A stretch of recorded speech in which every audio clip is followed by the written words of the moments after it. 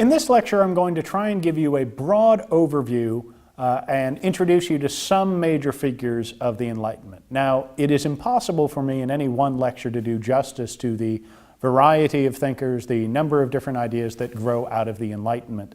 For that reason, I would urge you to keep up with the readings as you go along with these lectures, as they will provide some additional detail to help you better understand this period in Western civilization.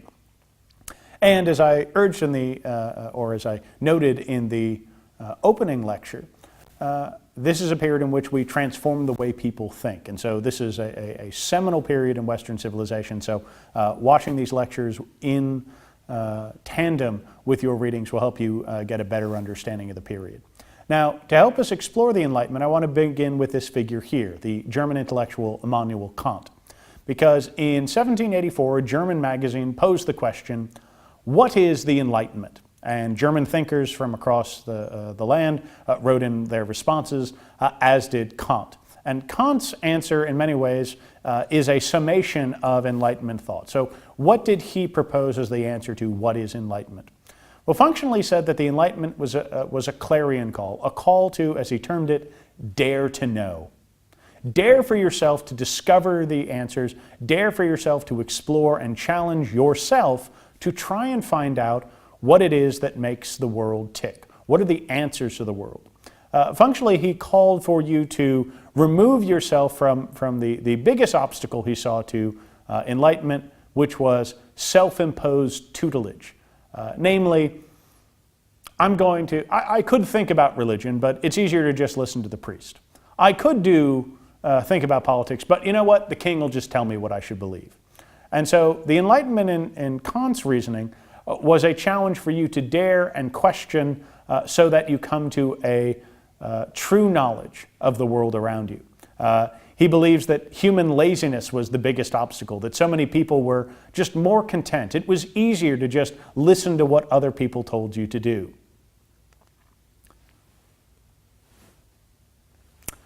His summation, this clarion call to dare to know, encapsulates a great deal of the ideals of the Enlightenment, which I'm trying to lay out here. And there's a fitting reason why we move from the scientific revolution to the Enlightenment, because I would argue that there's a deep connection between the two. In many ways, the Enlightenment is all about taking the principles of the scientific revolution and applying them to society. Namely, if humanity, through the mind, through reason, had managed to unlock the mysteries of the universe, Newton had discovered the 3 laws of motion, well, certainly we can come up with the laws for society, the laws for government, and the like. And so this showcases not only a commitment to the methods of science, but a desire to develop them in terms of society, sort of the origins of social science. And in that was a deep belief in reason. Again, the whole basis of Kant's call, dare to know. If you don't trust in man's reasoning capability, you wouldn't trust him to dare to end up finding out anything. But there was a great trust in man's reason, man's capabilities to learn. And because of all of this, this was a greatly optimistic view of the universe and of man's place in it. Functionally, it was the beginning of the real modern belief in progress, that man, through his reason, had the capabilities to understand the world around him, challenge it, dare to know everything about it, and thus could make a better world, a more productive world, a more harmonious world through man's belief, through man's power of reason. Now, Enlightenment thinkers were deeply concerned with how they could use reason to change life for the better. This is why they didn't call themselves philosophers. They actually called themselves philosophes. Namely, they thought that philosophers were those who just go off and contemplate ideas but don't really do anything. They were people who were going to be involved in the world. They were going to be people who would challenge the world. And you can see elements of this in the definition of a philosophe in the encyclopedia written by Denis Diderot. A philosophe is one who tramples on prejudice, tradition, universal consent, authority, and you can see Kant in this, dares to think for himself. The challenge is for Enlightenment thinkers to try and produce a new and better world, by challenging it, by breaking it down and using reason to come up with better solutions.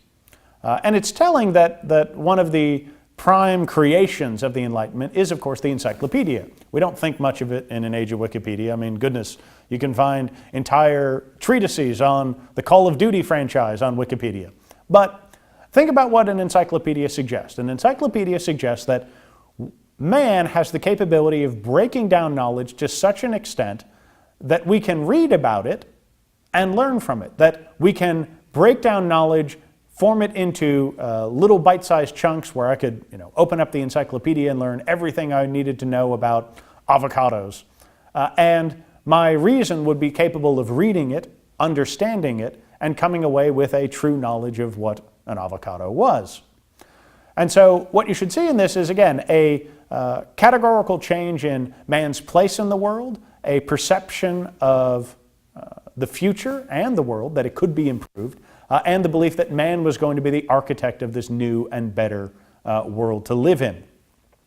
Now, if that's the broad themes of Enlightenment thought, I want to take us through a couple specific elements of life that start to be changed by Enlightenment thought. The first point I want to bring up is religion. How does religion get reshaped by this belief in the Enlightenment? The first primary way in which most Enlightenment thinkers thought was what's known as deism. Deism is a belief, it grows out of Newton's idea of a clockwork universe, that functionally God established the laws of the universe and thus let it alone.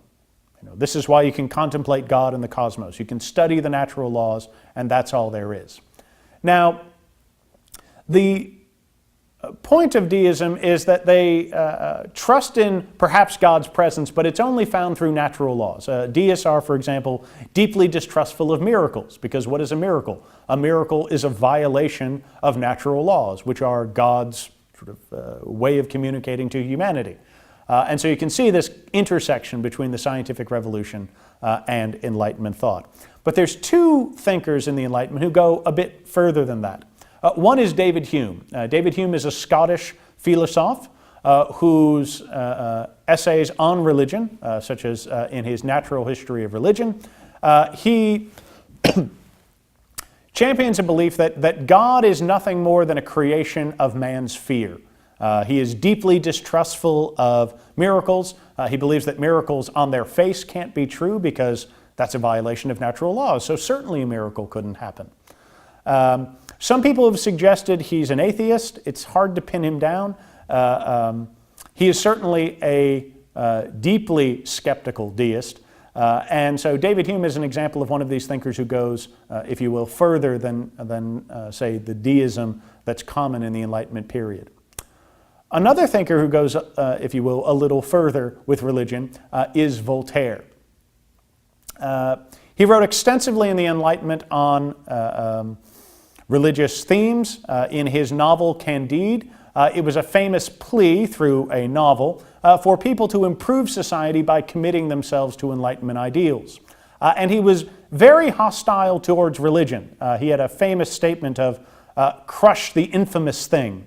And what he wanted to crush, what he thought was infamous, was sort of the religious authority, the religious establishment, which he saw as an enemy to freedom and an enemy to enlightened thought. He ended up writing his own treatise on toleration, much like Locke, in which he claimed that all men were brothers under God, and therefore people should be tolerant of religions, tolerant of one another, again, championing an enlightened view, if you will, of religion. But it wasn't just religion that was reshaped by the Enlightenment. Another area of life that was transformed was politics. And here again, I urge you to look at your reading. It's impossible to cover every thinker.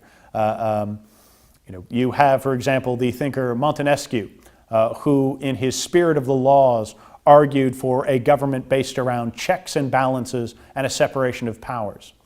But there's numerous other thinkers. I want to focus specifically on this man here, Jean-Jacques Rousseau. But again, there's numerous others, so please be keeping up with your reading. Rousseau was a philosopher who